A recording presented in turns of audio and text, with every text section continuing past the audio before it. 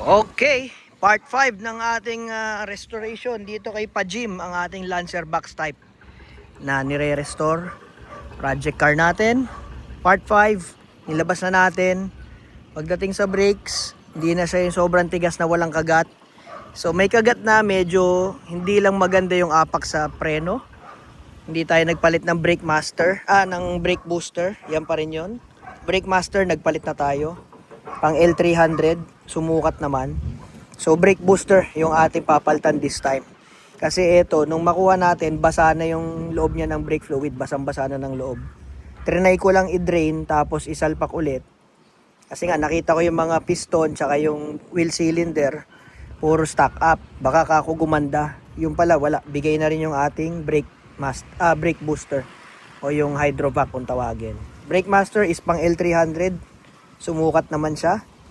So okay na tayo sa mga yon. Last na lang natin yung brake booster.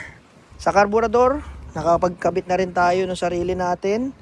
So yung kay Boy Video, isosoli na natin yon. So itakbo natin to. Testingin natin ngayon. Yan. Alright. Pops! Bin! Alvin! Okay, so iikot natin ngayon si Pajim. Tignan natin yung tono ng karburador.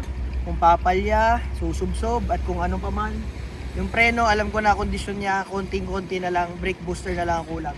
Tara, sakay ka, Paps.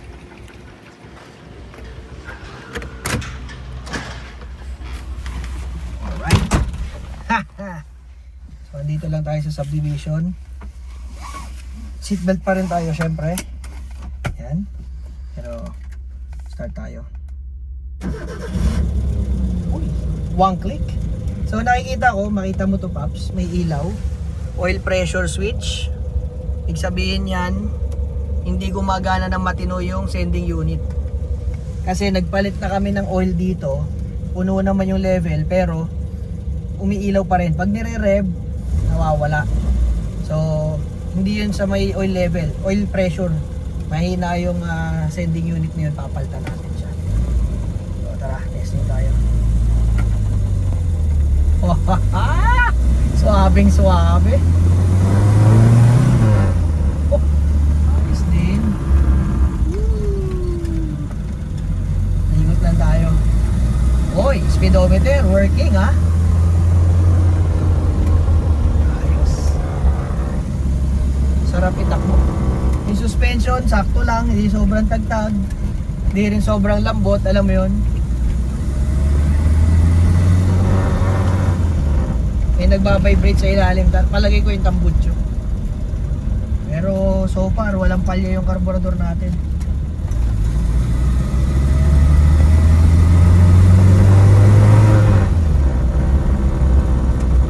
Ayos. Tambutso, nagbabibrate sa ilalim. So okay ang steering natin. Ayan, lambot oh.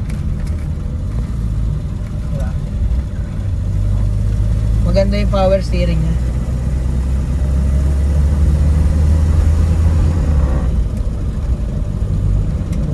Suabe naman ang cambio.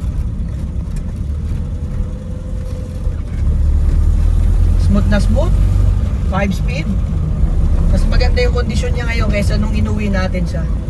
Unang-una yung preno, hindi na siya ganun katigas, tapos walang kapit. Brake booster na lang para mawala yung medyo spongy na feels. Carburetor natin, ayos, panalo. So sa performance, okay tayo ngayon so far.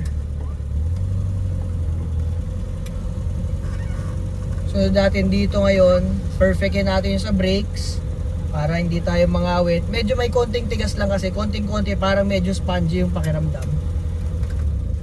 Sa karburador,